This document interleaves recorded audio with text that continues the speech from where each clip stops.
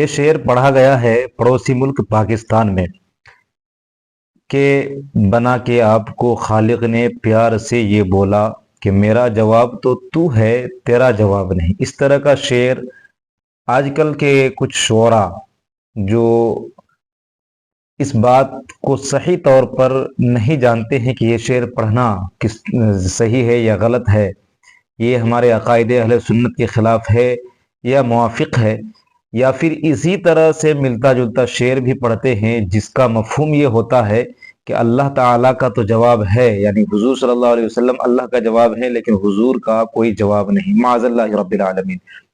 جبکہ یہ عقائد اہل سنت و جماعت کے خلاف ہے، قرآن اور حدیث کے خلاف ہے۔ قرآن اور حدیث میں ایسا کہیں پر بھی نہیں آیا ہے کہ اللہ تبارک و تعالیٰ کا جواب جو ہے حضور صلی اللہ علیہ وسلم ہے لیکن حضور صلی اللہ علیہ وسلم کا کوئی جواب نہیں ہے۔ یہ عقائد اہل سنت و جماعت کے خلاف ہے۔ سنیں گے پوری تفصیل شیخ الحدیث و تفسیر حضرت علامہ مفتی شوکت علی صاحب قبلہ مدظل العالی و نورانی کی زبانی سے، جو کہ وہیں پڑوسی ملک پاکستان ہی کے ہیں، بڑے علم والے ہیں۔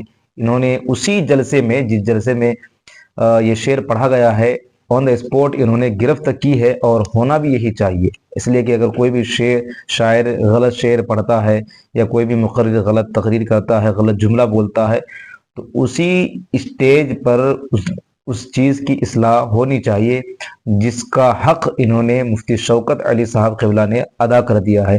عقائد اہل سنت انہوں نے واضح طور پر بیان کیا ہے کہ یہ کیا ہے، صحیح ہے، کیا غلط ہے۔ اس طرح کا شعر پڑھنا صحیح نہیں ہے۔ دھڑلے سے ہمارے ہندوستان میں بھی اس طرح کے بہت سے اشعار پڑھے جاتے ہیں جس کا یہ مفہوم ہوتا ہے کہ حضور صلی اللہ علیہ وسلم کا کوئی جواب نہیں لیکن اللہ کا جواب حضور صلی اللہ علیہ وسلم ہی ہیں۔ اس کو مکمل طور پہ سمجھیں گے کہ جب جواب نہیں یہ جملہ بولا جاتا ہے تو اس کا مقصد کیا ہوتا ہے کہ اس کا ہم پلہ اور اللہ کا ہم پلہ کوئی نہیں ہے۔ یہ عقائد اہل سنت و جماعت میں سے ہے کہ اللہ کا کوئی ہم پلہ نہیں، اس کے کوئی برابر نہیں، اس کا کوئی شریک نہیں، اس کا کوئی جواب ہی نہیں ہے۔ سنیے پورا کلپ، آپ پورا بیان سنیے تاکہ آپ کا عقیدہ درست ہو جائے۔ جن لوگوں کا یہ عقیدہ ہے وہ اپنا عقیدہ درست کر لیں۔ سنیے پورا کلپ۔ یہ شعر میری موجودگی میں پڑھا گیا تھا کہ رب تعالی نے یہ فرمایا کہ بھئی میرا جواب تو ہے تیرا جواب نہیں۔ یہ سنا تھا آپ لوگوں نے کلام؟ اب پہلی بات یہ ہے کہ رب نے فرمایا، تو رب تعالیٰ فرمائے گا تو یا وحی جلی میں ہوگا یا وحی خفی میں ہوگا۔ عام لوگوں کو تو اللہ کلام قرآن پاک میں ما کان لبشر ان یکلمہ اللہ، عام بشر سے تو اللہ کلام فرماتے نہیں، نہ عام بشر اللہ سے کلام فرما سکتا۔ ٹھیک ہے جی، تو اب محبوب کے ذریعے اگر وحی جلی آئی ہے محبوب علیہ السلام پر ذریعہ جبریل، تو پھر الحم سے لے کر بناس تک ہمیں قرآن پاک میں کوئی آیت ایسی سامنے آنی چاہیے جس میں اللہ پاک نے فرمایا ہو کہ میرا جواب تو میرا محبوب ہے پر میرے محبوب کا جواب کوئی نہیں ہے۔ یہ بات ہے کہیں پورے قرآن میں؟ آپ افاضل العلماء نے کہیں پڑھی ہے قرآن پاک میں؟ پھر وحی خفی محبوب علیہ السلام کے ذریعے ہم تک پہنچتی ہے، حدیث قدسی کے ذریعے یا محبوب علیہ السلام کے فرمان کے ذریعے۔ تو کس حدیث پاک کا یہ مضمون ہے کہ محبوب نے فرمایا ہو کہ اللہ تعالیٰ فرماتا ہے کہ میرا جواب تو میرے مصطفیٰ علیہ السلام ہے لیکن میرے محبوب کا جواب کوئی نہیں ہے، جواب نہیں ہے۔ جب ہم کہتے ہیں نا بھی میرا جواب یہ ہے یا فلاں کا جواب یہ، ہم اردو میں سرائکی پنجابی اپنے علاقوں کی زبان میں جواب کس معنی میں استعمال کرتے ہیں یہ لفظ؟ کہتے ہیں یہ ہمارے آگے استاد صاحب یہ علم صرف کے امام ہے، اگر ان کا جواب ہے کوئی دنیا میں تو لے کر آؤ، مطلب ہوتا ہے ان کا ہم پلہ اور ان کے برابر کوئی چوٹ کا ہے تو لے کر آؤ۔ تو اللہ یہ پہلے تو اللہ نے یہ بات فرمائی نہیں، ہاں اللہ تو اس کے برعکس فرماتا ہے کہ لم یکن لہ کفوا احد، ہرگز کوئی ایک بھی اللہ کا کفو نہیں ہے، کیونکہ ما سوى اللہ خلق، اللہ کریم کی ذات و صفات کے علاوہ سب کوئی مخلوق ہے۔ ہم محبوب علیہ السلام کو بھی خالق نہیں مانتے، اللہ کی مخلوق مانتے ہیں۔ کسی ایک معاملے میں بھی ہم محبوب علیہ السلام کو اللہ کے برابر نہیں مانتے ہیں۔ اللہ الصمد، اللہ بے نیاز ہے، ہمارے محبوب بھی اللہ کی بارگاہ کے محتاج ہیں، محبوب کے بھی جتنے مقامات ہیں وہ سب اللہ پاک نے عطا فرمائے ہیں۔ تو لم یکن لہ کفوا احد، لم یکن یہ فعل ناقص سے متضمن بمعنی نفی ہے، لم آیا کھڑے جازمہ، تو اسم اور فعل جملہ اسمیہ پر فعل ناقص آتا ہے نا، کانا زید قائما، اسم اس کا مرفوع ہوتا ہے، خبر منصوب۔ تو یہاں احد اس لیے مرفوع ہے کیونکہ لم یکن فعل ناقص کا اسم ہے، کوفون پر دو زبر نصب کی علامت اس لیے کیونکہ وہ خبر ہے، لیکن آپ دیکھ رہے ہیں کہ جملے اسمیہ میں مبتدا پہلے ہوتے خبر بعد میں، لیکن یہاں احد جو اسم ہے لم یکن کا وہ بعد میں چلا گیا، کوفون خبر مقدم ہو گئی ہے۔ ہونا تو یوں چاہیے تھا نحوی اعتبار سے لم یکن احد کوفون لہو، لیکن کوفون پہلے مقدم کو مؤخر، مؤخر قصر اور حصر کا فائدہ اللہ پاک فرماتے ہیں کائنات خلق کے حوالے سے کبھی سوچنا بھی تھا، کبھی سوچنا بھی نہ کہ میری مخلوقات میں سے کوئی ایک ہستی بھی میرے کفو ہم پلہ برابر ہو سکے، نہیں، سب میری مخلوق ہے، اللہ کی برابری کوئی نہیں کر سکتا۔ تو یہاں اللہ کا جواب یہ جی اللہ کے ہم پلہ ہیں اور اللہ کی چوٹ ہے، یہ غالیوں کے عقیدے ہیں۔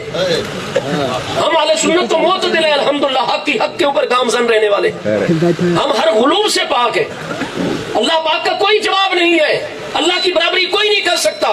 لم یکن لہو کفوا احد، آپ صحیح قرآن کے خلاف جا رہے ہیں، ہاں جی، تو ہمارا یہ ہرگز عقیدہ نہیں۔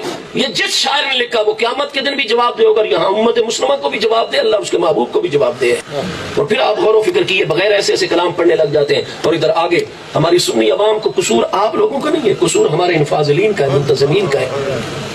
یہ آپ کو 4 گھنٹے کا پروگرام ہونا جی، 3.5 گھنٹے نعتیں سناتے ہیں اور آدھا گھنٹہ بھی بامشکل، پھر وہ بیان سمجھ ہی نہیں آتا ہمارے سنیوں کو۔ دیوبندی اپنے عالم کی بات کو پورا سمجھتے ہیں، شیعہ پورا سمجھتے ہیں، وہابی پورا نہیں سمجھ آتی تو سنی کو سمجھ نہیں آتی۔ اب ظاہر ہے میں بھی اتنا تھکا ہوا تھا، وہ تو ذکر محبوب میں برکت ایسی ہے کہ بندہ، ورنہ آپ لوگ بھی تھک گئے، بیان کرنے والا بھی تھکا، اس کو آؤ جی ہوں استاد جی نو لے آؤ، جاگتے جاگتے ہمارے نعت، چلو بیٹھے بھائی نعت شریف ایک ہونی چاہیے، لیکن عالم نے بھی تو کتاب و سنت کی روشنی میں محبوب کوئی ہمارے عقیدے ٹھیک ہو، کوئی عمل کی اصلاح ہو، کوئی ہم آگے بڑھ سکیں، کوئی ہمیں اچھائی برائی کا پتہ چل جائے تمیز، تو ذرا یہ مختصر پروگرام کیا کریں۔ اس میں یہ نہیں کہ مجھے بلایا کریں، مطلب کسی بھی عالم دین کو بلائیں، لیکن ٹائم پر ایک نعت شریف پڑھائیں۔ بیان اگر زیادہ آپ کے پاس وقت اور عوام کی ڈیمانڈ ہوتی ہے، نہیں جی ہم ذرا 2-4 گھنٹے، سارا سال ہم نے دنیا کا کام کیا، محبوب کا ذکر ہم 5 گھنٹے کریں گے، آپ 3 بیانات گھنٹے گھنٹے کے رکھوا لیں، کیونکہ اس سے علم آگے جائے گا، لوگوں کی تعلیم ہوگی، تربیت ہوگی۔ نعت شریف ایک بھی کافی ہے۔ محبوب زیادہ نعتیں پڑھتے تھے مسجد نبی شریف میں، یہ خطبہ ارشاد کرتے تھے، خلفائے راشدین نعتیں اور اشعار زیادہ سنتے تھے، یہ خطبے زیادہ ارشاد، تو ہمیں انہی بارگاہوں کی پیروی کا حکم ہے نا، دین کا جو معاملہ ہے۔ تو قبالوں سے ہماری جان چھوٹی نہیں تھی، ہم نے ایک اور چیز اپنے، اور اب یہ نگاپت والی پھر میرے بھائی زیادہ ناراض ہو جاتے، اور میں اتنی ناراضگی کا متحمل نہیں ہو سکتا۔